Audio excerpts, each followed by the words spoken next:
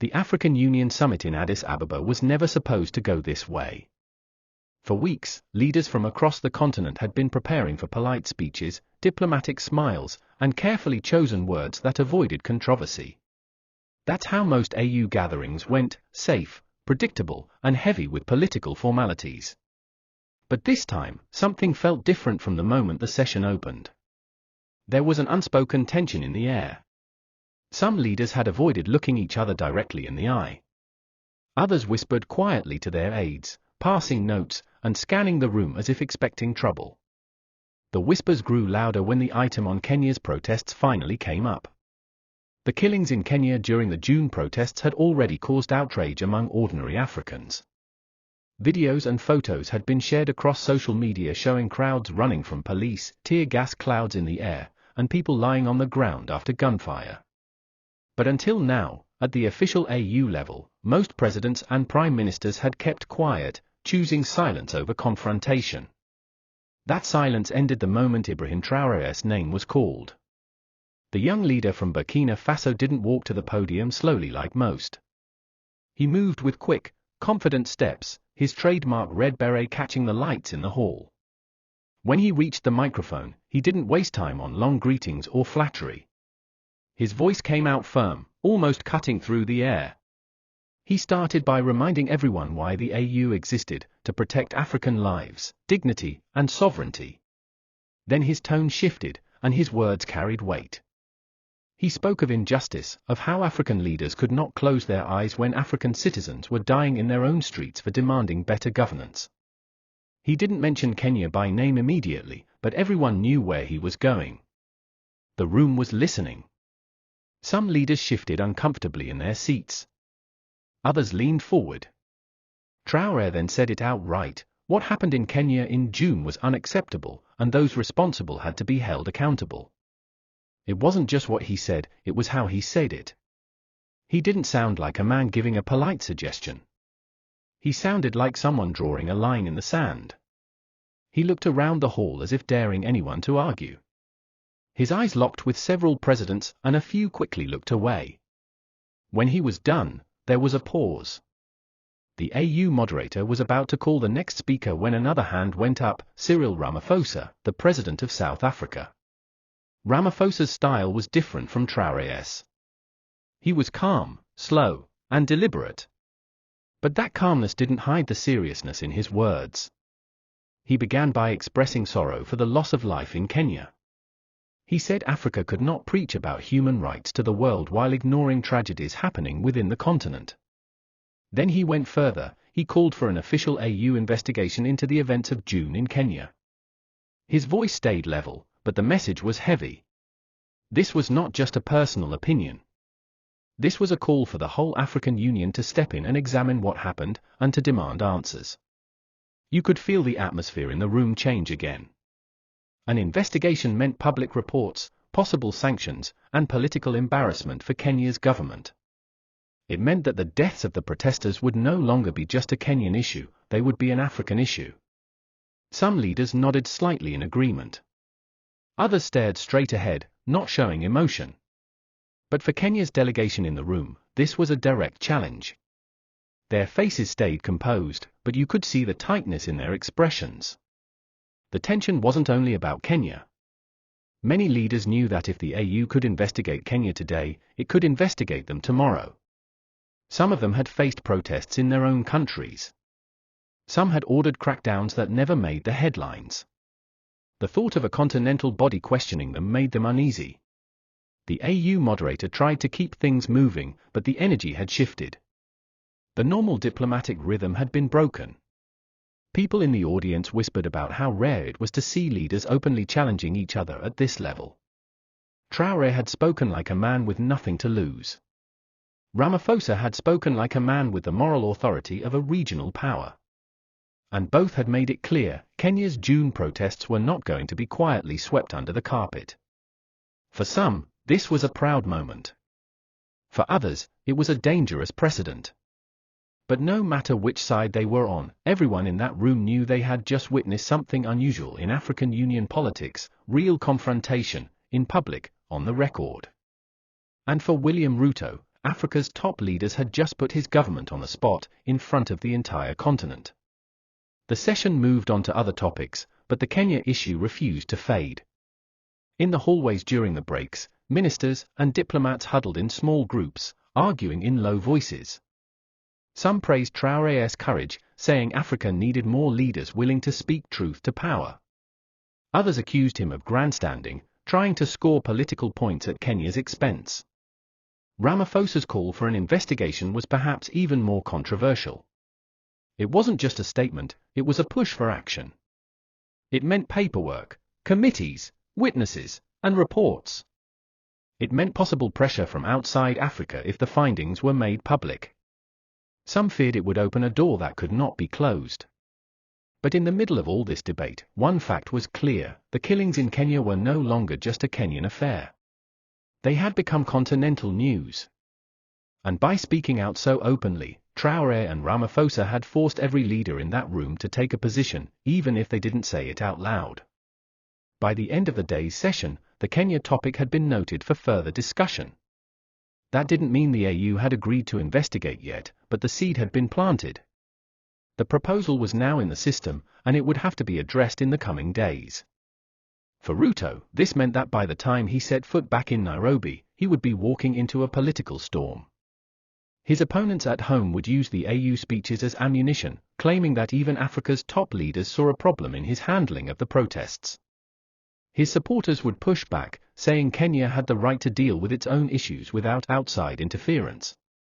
But for the ordinary Africans watching from their homes, the message was simpler: two powerful voices had just stood up and demanded answers for the bloodshed in Kenya.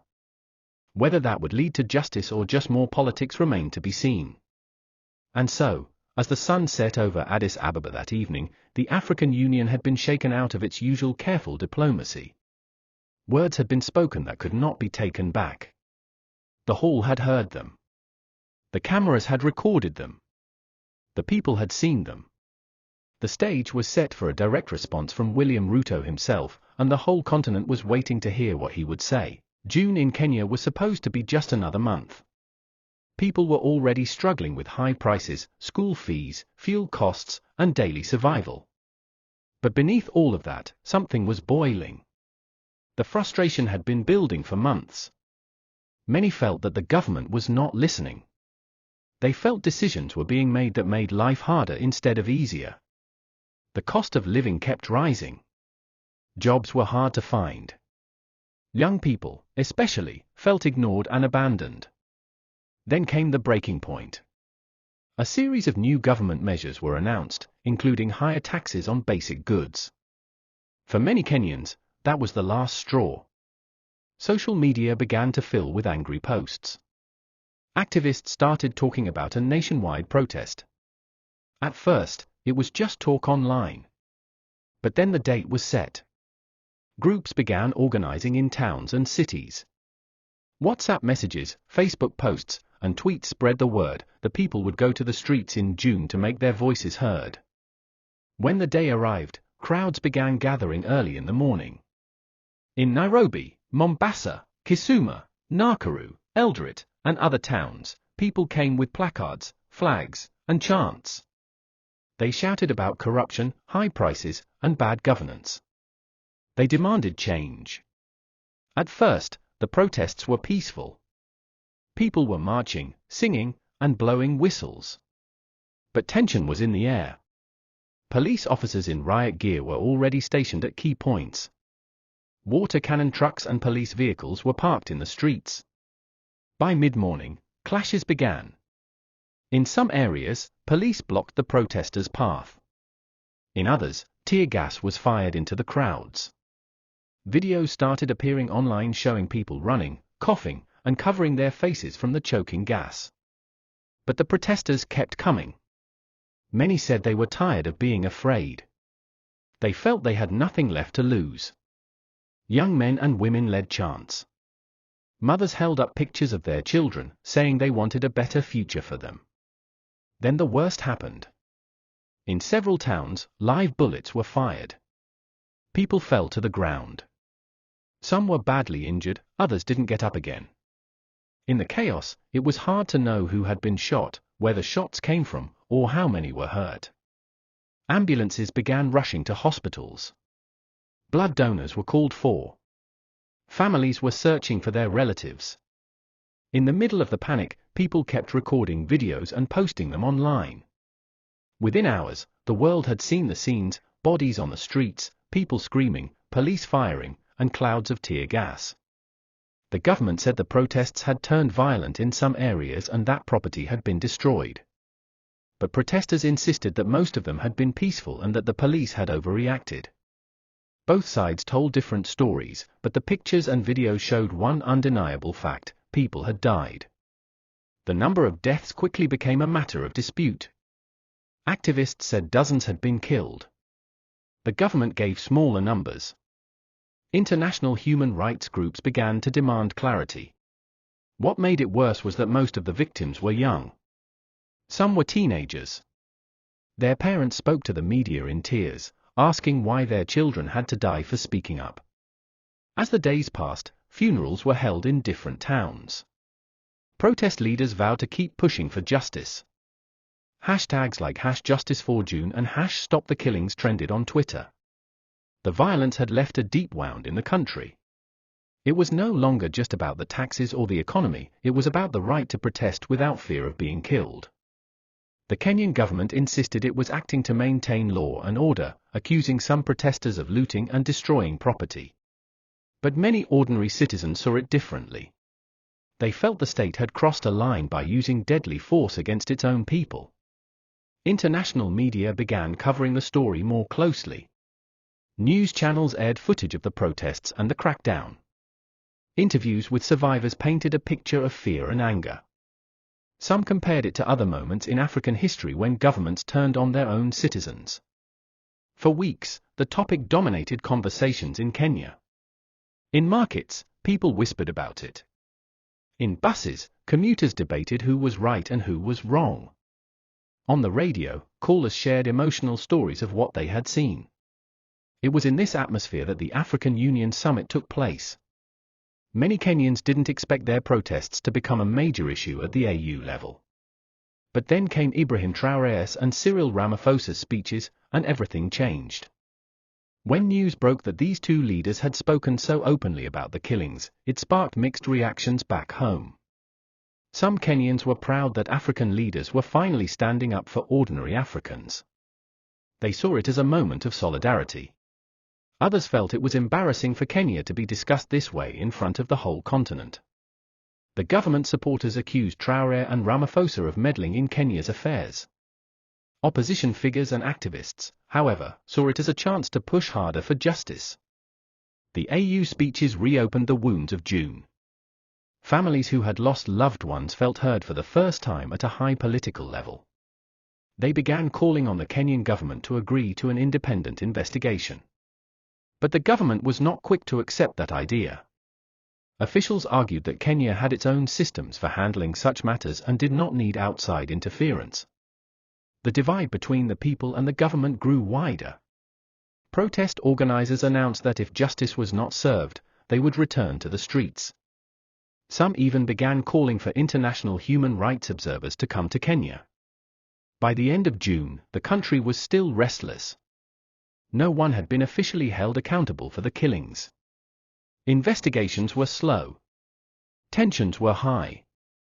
And now, because of what had been said at the AU summit, the pressure was no longer just local, it was continental. Africa's eyes were on Kenya. This was the reality William Ruto faced as he prepared to return from the AU meeting. He was coming back to a nation still in pain, still angry, and now, even more determined to get answers. The stage was set for him to respond. Everyone, from the protesters in Nairobi to the leaders in Addis Ababa, was waiting to hear his side of the story.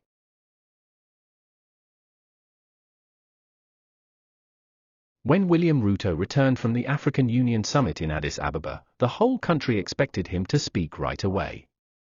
The nation had been buzzing ever since Ibrahim Traoré and Cyril Ramaphosa stood at the AU podium and called for an investigation into the June killings. Journalists waited at the airport. Cameras were ready. Microphones were held out, hoping for a quick statement. But Ruto did not give one. He smiled politely as he greeted officials and supporters who had come to welcome him back, but when reporters shouted questions about the AU speeches, he simply waved and moved on. He avoided talking about it. His body language was calm, but people could tell he was choosing his words carefully, so carefully, in fact, that he said nothing at all that day. The silence surprised many. Opposition politicians expected him to come out swinging immediately, to defend his government and reject the AU calls. Supporters thought he would reassure the nation right away. Instead, there was nothing. For days, he stayed quiet on the matter. He attended other functions, met with ministers, and even made speeches about development projects, but he never mentioned the AU controversy. This silence created even more speculation. Some thought he was simply ignoring the issue, hoping it would die down. Others believed he was consulting his advisors, preparing a strong, calculated response. A few political analysts suggested he might be feeling the weight of the moment, that he knew whatever he said would be remembered for a long time. In the meantime, the debate in Kenya grew louder. Opposition leaders continued to press him to respond. Activists held press conferences demanding that he accept the AU's call for an investigation. Talk shows were filled with guests arguing about whether Traoré and Ramaphosa were right or wrong. On social media, hashtags calling for Ruto to speak began trending. Memes appeared, showing an empty podium with captions asking, "Where is the president's voice?" Internationally, the story was also spreading. African news outlets ran headlines about Kenya's silence. Some commentators praised Ruto for not rushing into a defensive outburst. Others saw his silence as weakness. By the fourth day after his return, the pressure had reached its peak. It was becoming impossible for him to avoid the subject any longer.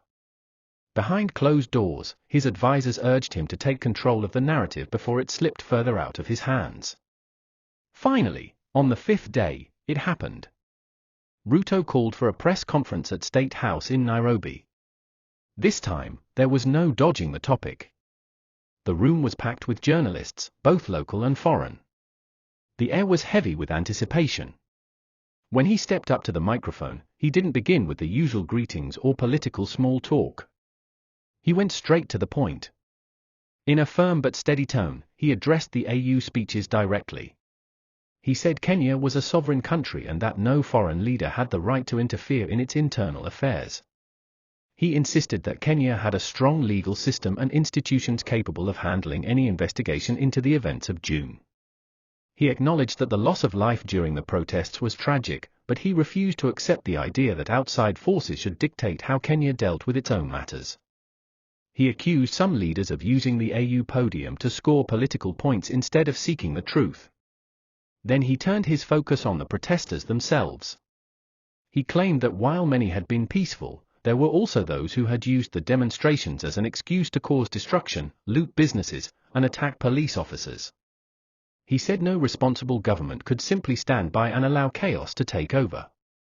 But he also added that his administration valued human rights and was committed to ensuring that any wrongdoing by security forces would be dealt with according to the law.